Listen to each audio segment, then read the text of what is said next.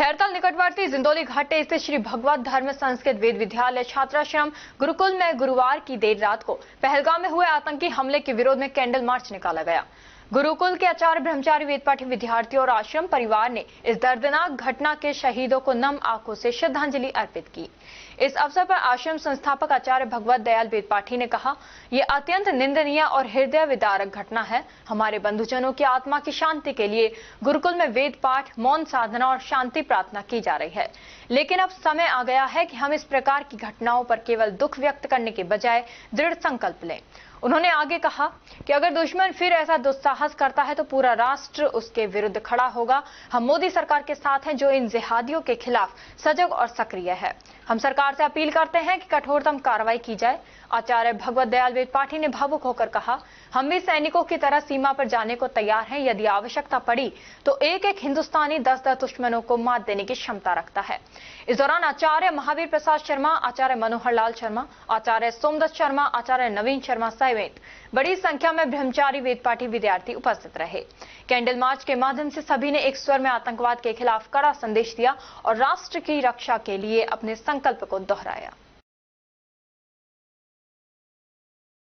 आज श्री भगवत धर्म संस्कृत वेद विद्यालय छात्राश्रम जिंदोली घाटी खैरताल राजस्थान, हमारे सारे आश्रम परिवार ने और इन वैदिक ब्रह्मचारी बटुकों ने, आचार्य जनों ने पहलगांव में जो दर्दनाक और बहुत ही निंदनीय घटना हुई है उसके प्रति हम आज ये कैंडल मार्च निकाल रहे हैं।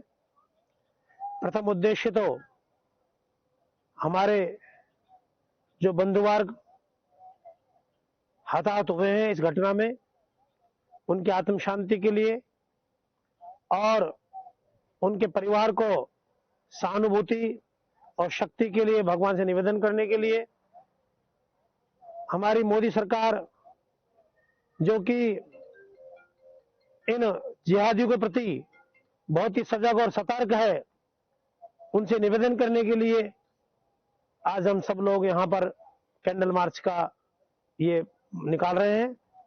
और इस निंदनीय घटना को लेकर के हम सभी को जागृत होने की आवश्यकता है। पाकिस्तान कभी भी हम लोगों के प्रति दया का भाव या सहानुभूति पूर्वक नहीं रहा। तो मैं सरकार से भी और पूरे राष्ट्र से भी यही निवेदन करूंगा कि ऐसे भीषण दुश्मन के प्रति हमें कभी विषम्य भाव नहीं रखना है और न ही किसी वैश्विक ताकत की इसमें हमें डरने की आवश्यकता है और निडर रह करके हम सामना करेंगे और आगे भी हम सब एकजुट होकर के, एकमत होकर के और ऐसे भीषण दर्दनाक हादसे से उभरने के लिए, बचने के लिए और कभी इस प्रकार की घटना ना हो, ऐसी ताकत के लिए हम सब एकत्रित रहेंगे और सरकार के साथ हैं, राष्ट्र के साथ हैं। कभी देश में सैनिकों की तरह हमारी भी आवश्यकता पड़ी तो हम भी सैनिकों की तरह लड़ने के लिए और बॉर्डर पर जाने के लिए, पाकिस्तान में प्रवेश करने के लिए तैयार है, तत्पर है।